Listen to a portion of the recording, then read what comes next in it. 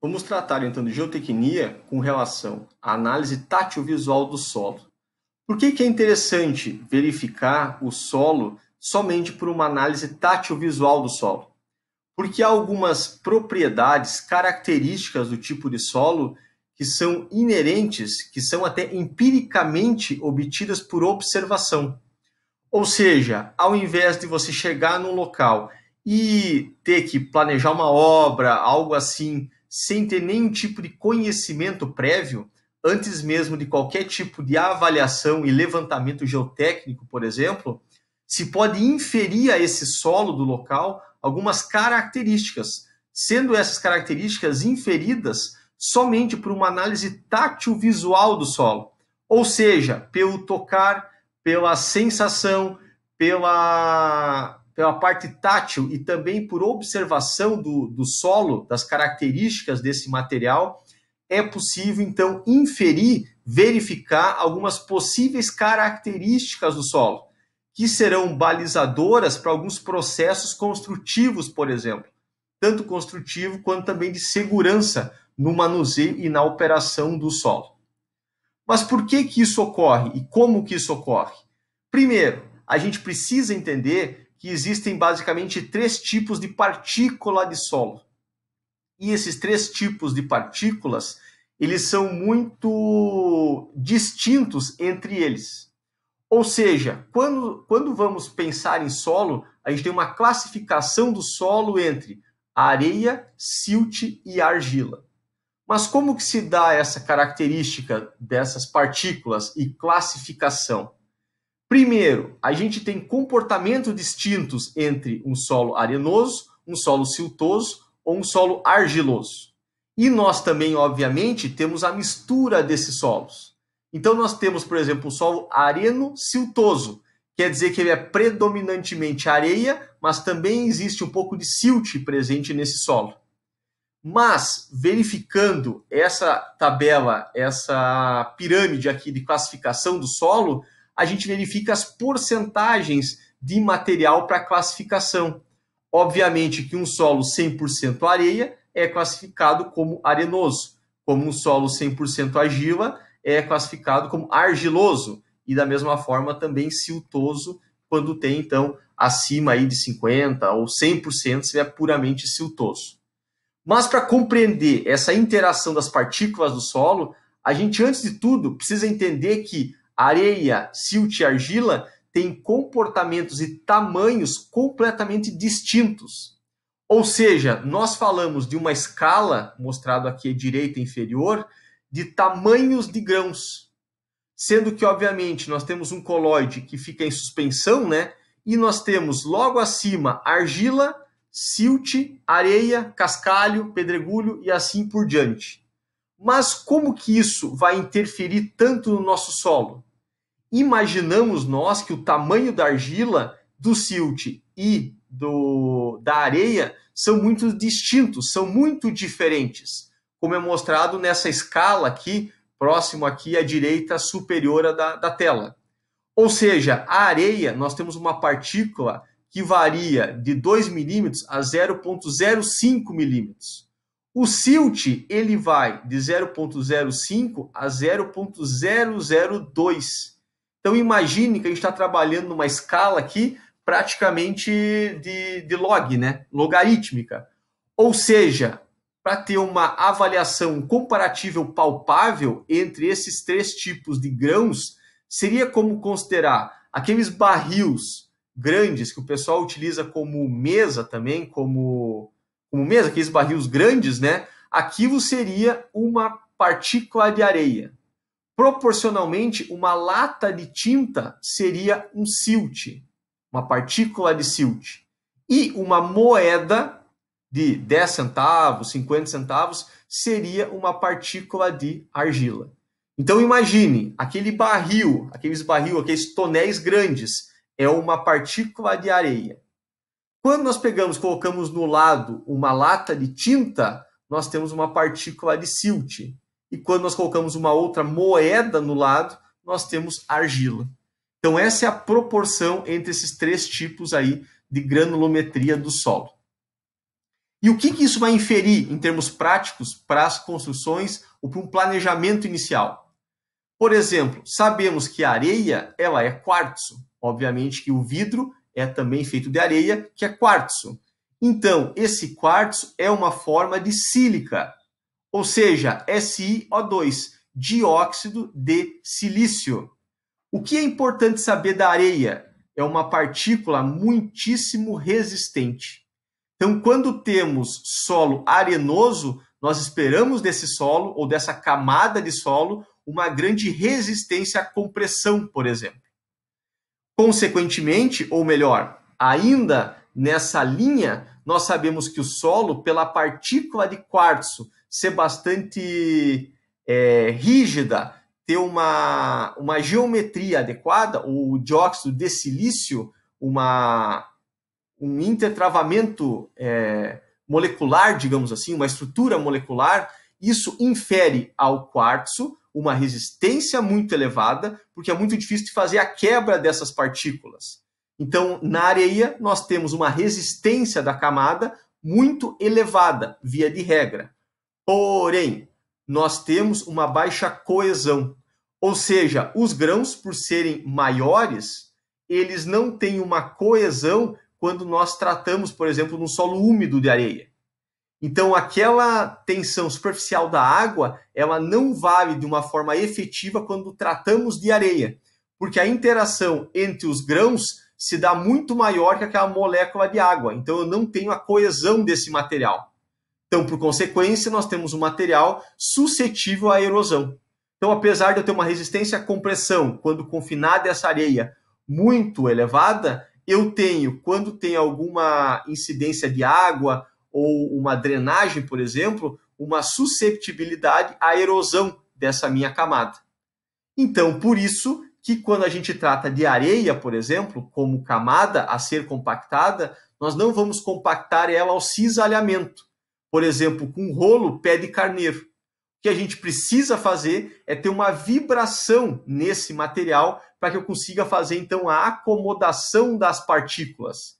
Eu não consigo compactar por cisalhamento, mas eu consigo compactar por vibração. Então, eu vibro esse meu material em conjunto com um rolo pé de carneiro ou um rolo chapa, por exemplo, mas eu preciso ter a vibração para que eu tenha a acomodação das partículas, a diminuição dos vazios dessa minha camada por acomodação e não por cisalhamento. Mas quando tratamos desse tipo de material aplicado em uma obra, por exemplo, nesse caso que vocês estão vendo abaixo, o que acontece? Eu tenho uma edificação onde eu tenho uma camada de argila, mostrada ali num tom de marrom, e logo abaixo o lençol freático. Bom, eu sei que o meu solo arenoso ele tem uma alta capacidade drenante, então eu abasteço muito fácil esse lençol freático com a água superficial, por exemplo. Porém, um cuidado que eu tenho que ter quando eu verifico que esse meu solo ele é arenoso e logo abaixo tem o lençol freático, que qualquer movimentação de terra, qualquer tipo de corte que eu estou realizando, afetando e chegando ao meu lençol freático, eu vou ter uma drenagem muito maior da água, consequentemente uma erosão também dessa minha camada superficial, primária do meu solo. Isso eu tenho uma edificação, então, por essa erosão, eu estou desconfinando essa minha areia e aí eu posso ter, então, a presença de trincas aqui de 45 graus, por exemplo, resultante, então, do recalque diferencial dessa minha edificação. Ou seja, à esquerda da minha edificação, eu ainda estou com solo que relativamente está confinado, e à direita, como eu aliviei as tensões pelo aquele meu corte realizado na movimentação de terraplenagem, eu desconfinei esse meu solo e eu tenho ali uma erosão por causa da drenagem e desse alívio de tensões que eu tenho nas minhas partículas de areia, que não tem uma coesão, então, muito pronunciada. Ou seja, tem uma baixa ou até nula capacidade de coesão desse meu solo. Então, esse é o cuidado que eu tenho que ter no solo arenoso, por exemplo, identificado visualmente em campo, como nós já vamos ver aqui na sequência, como verificar e avaliar tátil visualmente esse tipo de solo. O meu solo argiloso, como eu tenho aquela proporção do tonel para uma moeda, eu estou falando de um grão microscópico. Se ele é um grão microscópico, ele consegue ter uma ação da minha água, ou seja, da minha tensão superficial da água, eu consigo ter, então, a adesão desse meu solo junto à água. Por isso que eu tenho solos de grande poder de coesão. Eu tenho um solo de grande poder de coesão que, quando eu estou compactando esse meu solo, ou tenho uma sobrepressão nesse meu solo que vai diminuir os vazios, a água, e eu vou ter, então, uma densidade maior desse meu solo, eu me resulto a um solo de grande impermeabilidade, porque as partículas são muito pequenas e a interação entre elas não deixa com que a água, que é uma partícula maior, infiltre com facilidade, como o caso da areia. Então é por isso que o solo argiloso, eu tenho uma grande impermeabilidade desse meu solo, dependendo da condição que ele foi compactado e ele está, então, presente. Ainda, ele é muito fácil de ser moldado com a água. Ou seja, se eu tenho essa fácil interação entre a tensão superficial da água e essa partícula minúscula de argila, eu consigo molhar o meu solo e compactar e moldar ele de uma forma muito mais fácil. Porém, eu também posso ter uma dificuldade de desagregação dele. Ou seja, dependendo da coesão e da forma que eu tenho aí de rigidez do meu solo, de densidade dele, eu posso ter um solo de muito difícil desagregação superficial. Então, isso me resulta a uma possibilidade de fazer taludes com grandes inclinações verticais. Como é muito visto na Bahia, em alguns outros locais, onde eu tenho argila muito bem compacta e sem muita presença de água pela questão de clima, então eu tenho taludes naturais de 60, 70 graus de inclinação, totalmente estáveis, por causa, então, dessa rigidez que eu tenho, dessa densidade, e também por ser um material de grande impermeabilidade e grande coesão. Quando úmidos, esses materiais, eles vão formar um barro plástico e também viscoso. Ou seja, eu também no solo argiloso, se eu tenho uma presença de umidade e também de características de densidade desse meu material, eu posso ter um solo bastante plástico e viscoso. E isso, em termos de obras de infraestrutura e até mesmo construção civil, é um solo não muito adequado, ou nem um pouco adequado, porque eu tenho um solo chamado borrachudo. Ou seja, é um solo que é bem aquelas argilas colocadas em vaso, por exemplo. Ele é muito plástico, ele é maleável e muito difícil de tirar a água de dentro desse meu material. Então, eu também posso ter um problema muito sério quando eu falo de um solo argiloso colocado aí nessas condições. Ainda, eu tenho um solo siltoso, que nada mais... E aí, quando tratamos, então, do solo siltoso, ele é, digamos, o primo pobre entre a areia e a argila. Ou seja, ele tem uma granulometria entre a areia e a argila, e ele forma o pó como argila e não tem a coesão, e também não tem coesão como a areia. Então ele pega um pouco das características ruins dos dois materiais, digamos assim. Ou seja, ele não tem uma plasticidade notável quando saturado. Essa é uma diferença com relação à argila, que tem uma plasticidade muito notável, né, muito presente quando saturado. Os cortes realizados, as operações de terraplenagem de corte, quando utilizados, então, esse tipo de solo siltoso, ele pode ter uma estabilidade adequada, porém não prolongada. Porque ao longo do tempo, por formar esse pó e ser muito mais suscetível a uma desagregação natural, por causa de vento e as intempéries também, ele acaba tendo uma estabilidade comprometida ao longo do tempo. E também é um solo bastante considerável aí com relação à erosão, por exemplo. Então imagine o seguinte, se fosse tratar de uma rodovia não pavimentada, um solo siltoso é aquela típica rodovia que, no momento que se tem seca, tem muito pó, e quando se tem chuva, tem muito barro. Então eu não tenho aquela característica da argila, que eu não vou ter aquela presença tão pronunciada de pó, por exemplo, no verão, quando eu tenho a seca, por exemplo. No caso do silt, eu vou ter uma grande quantidade de pó quando seco e uma grande quantidade de barro quando úmido, quando então saturado. Então esse é um dos problemas aí quando se tem rodovia não pavimentada com a presença de silt. O silt, se fosse o caso então de uma rodovia não pavimentada em argila, por exemplo, ela teria sim uma presença de pó quando seco, porém, quando está úmido, eu posso ter não tanta presença de barro, porque é um material mais impermeável. Em consequência disso, se eu tivesse areia, numa condição seca, eu não teria tanta a presença de pó, porque o meu grão de areia é maior, e também não tenho tanta presença de barro, porque a minha areia, então, ela tem uma condição de drenagem muito adequada, né? Então, ela consegue eliminar mais fácil aí a água presente na camada não pavimentada. Então, essas são algumas características com relação à infraestrutura rodoviária. Mas quando tratamos da análise tátil do solo, como que a gente verifica visualmente ou tatilmente essa granulometria, essa classificação entre areia, silt e argila? É de uma forma até relativamente simples e fácil de se verificar e se classificar areia, silt e argila. Por quê? Quando se esfrega uma amostra de solo na palma da mão ou entre os dedos, a areia se tem uma sensação mais de aspereza, e quando se esfrega nos dedos e coloca no ouvido, se tem um som mais rangido para se escutar, né? Ou seja, pelo grão ser maior e ele ser mais duro, por exemplo, pelo quartzo, eu consigo ter essa sensação de aspereza, como se fosse uma lixa colocada na minha mão, e quando eu esfrego um grão no outro, eu tenho então um barulho mais rangido desse contato grão a grão. Quando eu acabo tendo um pouco de umidade, quando eu umedeço um pouco esse meu solo, essa minha amostra de solo, eu não consigo formar uma esfera, porque o meu grão então se desagrega, porque ele não tem essa coesão, né? Então ele acaba se desagregando.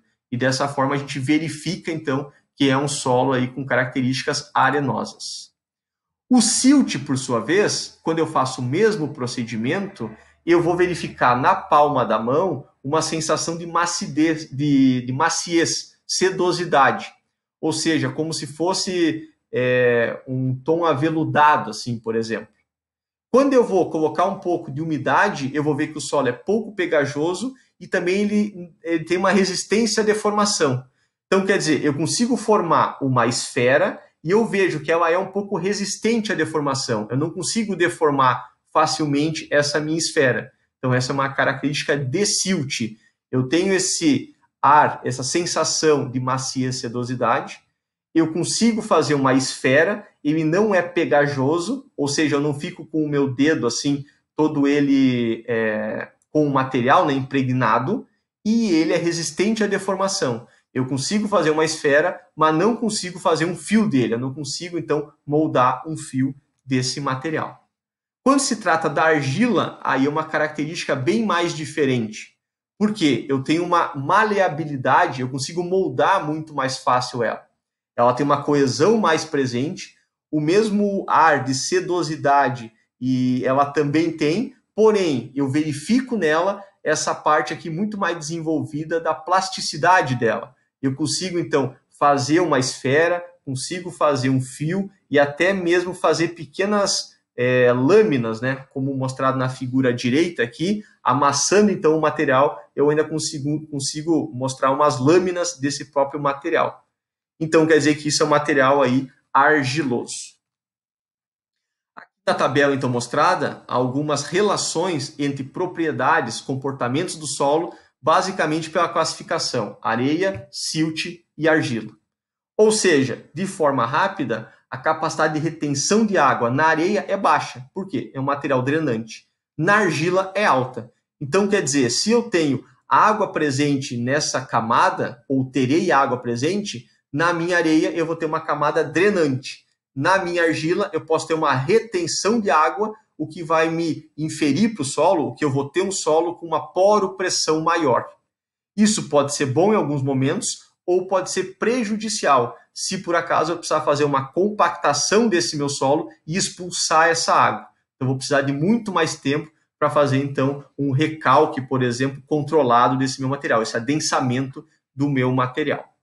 Ainda também interessante saber com relação à matéria orgânica, que na areia é um baixo teor sempre presente, e quando eu falo na argila, é uma quantidade de matéria orgânica muito maior presente nesse meu material. Ou seja, a matéria orgânica se decompõe muito mais fácil na areia, porque tem uma aeração maior e uma drenagem, uma passagem de água maior. Então, aqui algumas características aqui, tanto de construção quanto também da parte agrícola, né? Aqui com relação a pH também, nutrientes e tudo mais. Uma tabela para consulta. Ainda, quando vamos tratar de análise tátil-visual, a gente pode também inferir a consistência ou a dureza desse meu solo. Como assim? A gente pode pegar o solo entre o polegar e o indicador e tentar quebrar esse solo. Se esse solo é facilmente quebrado, ele é um solo macio. E aí, consequentemente, a escala se dá até chegar numa condição que eu vou precisar usar as duas mãos para quebrar esse meu solo, aonde então tinha essa amostra de solo aí para mim apertar entre o polegar e o indicador. Então aí eu vou ter um solo macio até um solo extremamente duro. E isso então pode ser uma propriedade importante em termos de uma fundação rasa ou até mesmo a movimentação que eu vou precisar ter de terraplenagem. Se é um solo característica 1, 2 ou 3, por exemplo. Verificar que tipo de equipamento eu vou precisar utilizar nas minhas operações de terraplenagem. Ainda a friabilidade, o que é feito? Com um torrão ligeiramente úmido, a gente também vai verificar essa questão da compressão, da resistência, quando comprimido entre os dedos. E aí eu vou verificar um solo friável ou muito firme. É muito semelhante ao que foi visto antes da consistência, por exemplo. Só que um solo bastante friável, ele vai ser um solo que, se tiver uma fundação rasa, por exemplo, ele terá pouca resistência à compressão nessa camada. Ou seja, será um solo muito suscetível a uma ruptura, à compressão, por exemplo, se eu utilizar esse solo aí sem algum tratamento. E aí um solo muito firme já tem uma resistência à compressão, por exemplo, muito mais adequada para algum uso aí sem um tratamento do solo, sem uma compactação, né? Com relação à pegajosidade, ou seja, eu vou ter uma amostra de solo molhada, comprimo entre os dedos e verifico se eu vou ter pegajosidade. Ou seja, se eu consigo desgrudar essa minha amostra dos dois dedos, se ela vai grudar somente em um dedo ou se vai estar grudado nos dois dedos, tanto em cima quanto embaixo. E isso quer dizer que o solo é não pegajoso, ligeiramente ou mediamente pegajoso ou muito pegajoso. Um solo muito pegajoso é um solo muito plástico, ou seja, um solo tendendo àquilo que o pessoal chama de borrachudo, ou seja, há uma presença muito grande de água e ele é muito maleável, ele é muito plástico. Então ele é muito ruim de você fazer uma compactação de uma obra de infraestrutura ou até mesmo utilizar em algum outro fim para uma residência, por exemplo, para um radier, para alguma coisa assim. Ele será, então, uma camada de solo muito sujeita a recalques. Porque quando eu coloco a minha fundação em cima dessa camada, por exemplo, eu vou ter a poropressão agindo junto com a tensão efetiva. Porém, a poropressão, ao longo do tempo, ela vai ser diminuída, porque a água vai sair dessa minha camada. Mas isso ao longo do tempo. Eu não consigo facilmente fazer essa compactação. Então, é um solo que eu vou precisar trabalhar com ele, ou o que muitas pessoas fazem quando se trata de infraestrutura rodoviária, elimina esse tipo de solo, porque é há um grande risco de problemas depois futuros na obra. Então, o solo pegajoso, né, é desaconselhável na construção de aterro, por exemplo, porque é muito ruim de compactar esse solo mecanicamente. Ele consegue ser compactado geralmente quando se coloca uma sobrecarga em cima e se espera, então, determinado tempo para que essa água seja eliminada aos poucos, por causa, então, dessa pegajosidade. Plasticidade também, o que você faz? Se molha o solo, se amassa bem ele e se tenta fazer uma massa de modelar. E com essa massa de modelar se tenta fazer um molde de um fio de 3 a 4 milímetros de diâmetro. E aí se verifica, se não conseguir fazer o fio, se o material se quebrar, como mostrado na figura que é o centro, eu tenho um solo não plástico.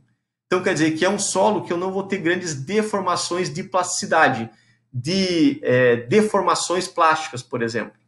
E aí eu vou ter um solo medianamente plástico quando eu consigo fazer um fio, de 3 a 4 milímetros, mas quando eu tento dobrar esse meu fio, como mostrado aqui no canto inferior à direita, o meu fio se quebra. Então eu tenho um solo medianamente plástico. E um solo plástico mesmo, que é aquele caso do pegajoso também, eu também corroboro com aquela minha investigação, quando eu tento fazer o fio e esse fio ainda eu consigo dobrar ele. E muitas vezes até mesmo fazer uma própria circunferência com as duas pontas. Isso mostra um solo muito plástico, muito ruim de ser trabalhado em obras de infraestrutura e até construção civil. Então, de forma rápida, foi aqui uma explanação com relação à análise tátil visual do solo, que nada mais serve para se ter uma ideia inicial do comportamento do solo. De nenhuma forma isso vai ser substituinte de outros tipos de ensaio, SPT, ou de sondagem, ou de placa, nenhum desse tipo. É só para se ter uma ideia do comportamento do solo inicial para alguns planejamentos iniciais, ou para se ter alguns cuidados antes de alguma análise mais aprofundada e mais detalhada do solo. Então, agradeço a atenção, inscrevam-se no canal e até o próximo vídeo.